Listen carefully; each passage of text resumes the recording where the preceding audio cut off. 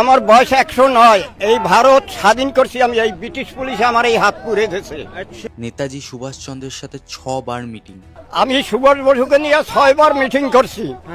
মাস্টারদা সূর্য সেন, এমনকি মাস্টারদা সূর্য সেনের সাথেও বহুবার মিটিং করেছে। এই 109 বছর বয়সে মানুষটাকে আমরা কয়জন চিনি বলতে পারবে? আমি জানি 100-এর মধ্যে 80% মানুষই আমরা জানি না।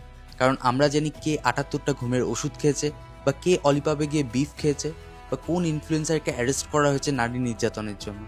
আমরা এগুলো সব খবর রাখি। আর এই দাদু, যার নাম হরেন বাগচি বিশ্বাস, তিনি বলেছেন ব্রিটিশ তার হাত পুড়িয়ে দিয়েছিল, তাও তিনি মুখ খোলেনি। ব্রিটিশ পুলিশ আগুনে হাত চেপে ধরে জিজ্ঞাসা করছে অস্ত্র কোথায় রাখছি, সুভাষ বসু কোথায় আছে। আমার হাতের একখানা অস্ত্র এখানে নিক্ষেপ হইলে আমেরিকা এই দেশের নিচে আমেরিকা তোমায় কেঁপে যাবে যে এই ভারতে জন্য আজ কি হয়ে গেল।